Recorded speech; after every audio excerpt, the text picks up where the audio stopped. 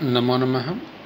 अहं राजकीयकन्यामहाविद्यालय झालावाड़तः पवनकुमार शर्मा भवतां सर्वेषां वाल्मीकिरामायणस्य सुन्दरकाण्डस्य अस्मिन् पाठे पुनः स्वागतं करोमि।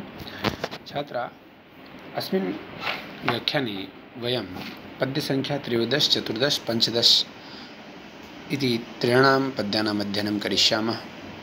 अशोकवाटिकायाः वर्णनं प्रचलति, तत्रैव पश्यामस्तावत् श्रीहनुमान् कथयति यत् अशोकवाटिकायाः कीदृशी सन्ति खलु, कीदृशी अस्ति। पुष्परत्नशतैश्चित्रं द्वितीयं सागरं यथा सर्वतुपुष्पैर्निचितं पादपैर्मधुगन्धभिः। अर्थात पुष्परत्न शतैश्चित्रम, यहाँ पर पंचमम सागरम यथा यह पाठ भी है।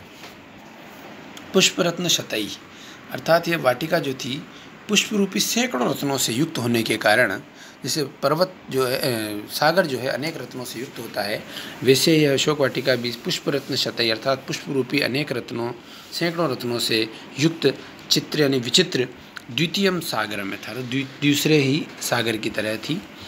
तथा सर्वर्तु पुष्पैर निचितम, सर्वर्तु अर्थात सभी ऋतुओं में जो फूलों से युक्त रहते हैं ऐसे वृक्षों से, निचितम यानी व्याप्त वृक्षों से जो है, सर्वर्तु पुष्पैर निचितम सभी ऋतु में पुष्पों से युक्त होने वाले पादपों से यह व्याप्त थी ऐसे। तथा मधुगंधी भी मनोहर गंधों से युक्त जो हैं ऐसे, आगे इसी का अन्वय करेंगे। मधु, इसके पादपई का विशेषण भी मधुगंधी भी हो सकता है कि मधुगंध मनोहर गंध से युक्त सभी ऋतुओं में आने वाले फूलों से युक्त जो पादप हैं उनसे यह व्याप्त थी अशोक वाटिका का जो स्थान था वह। तो दूसरा नाना निनादई, अगला जो श्लोक है 14, नाना निनादई उद्यानम रम्यम मृग गणैर्द्विजयी अनेक गंध प्रवहम पुण्यगंधम मनोरमम।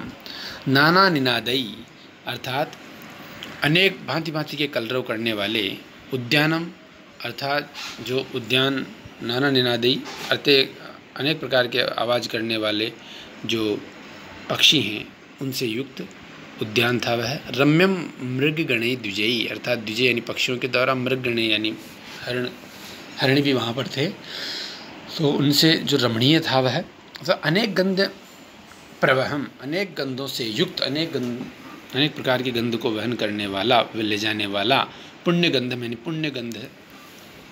पुण्य गंध से युक्त, मनोरमम मन को अच्छा लगने वाला, ऐसा वह अशोक वाटिका का रमणीक स्थान था। इन सब बातों को यदि हम वर्णन देखते हैं तो मानो एक सुंदर उद्यान का चित्र हमारी आँखों के आगे खिंच जाता है। यह वाल्मीकि की एक बहुत अच्छी शैली है कि अत्यंत सरल प्रसाद गुणयुक्त शब्दों के द्वारा वह इस तरह का वर्णन करते हैं कि जैसे हम पढ़ते हैं वैसे ही हमने उन शब्दों का अर्थावबोध होकर के वह चित्रमय वर्णन जो है हमारे आँखों के मन चक्षु के सामने उपस्थित हो जाता है। तो फिर 15वां श्लोक आता है, शैलेंद्रमेव गंधाढ़्यम द्वितीयम गंधमादनम। शैलेंद्रमेव गंधाढ़्यम अर्थात गंध, अत्यधिक गंध से युक्त जो शैलेंद्र अर्थात पर्वतराज के समान, जो अत्यधिक गंध से युक्त हैं ऐसे पर्वतराज के समान। द्वितीयम गंधमादनम, मानो एक दूसरा ही गंधमादन पर्वत आ गया हो, इतने अत्यधिक वहाँ पर गंध थी। जहाँ हम देखेंगे अत्यधिक फूलों वाले जो वृक्ष या पेड़ होते हैं उनके पास से हम गुजरते हैं तो मानो एक तरह से पूरा वातावरण सुगंधित सा हो जाता है। तो वैसे ही वहाँ पर अनेक प्रकार के वृक्षों की सुगंध मिलने से अशोक वाटिका का जो वातावरण था वह अनेक प्रकार की गंध से युक्त होकर के मानो गंधमादन पर्वत की तरह हो गया था।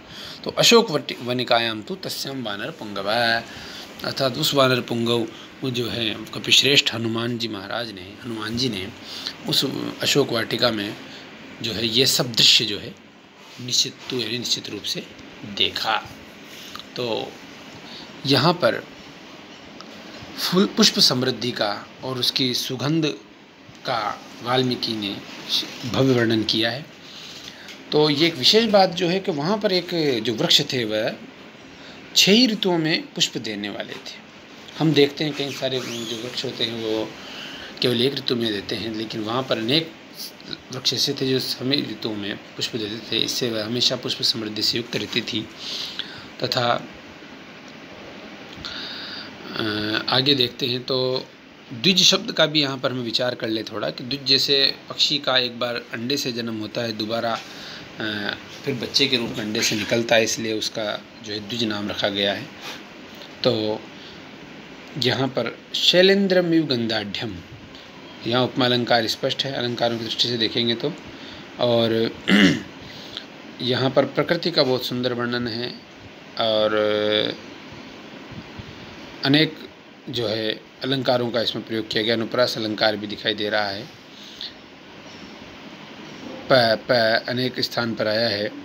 गंधाढ़्यम द्वितीयम गंधमादनम 2 बार आया है। तो इस तरह से जो है यहाँ पर अलंकारिक वर्णन प्रकृति का किया गया है वाल्मीकि के द्वारा। इस तरह से इन 3 पद्यों का जो है व्याख्यान समाप्त होता है।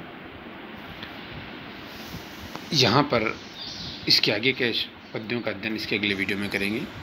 धन्यवाद। जय तु भारतम, जय तु संस्कृतम।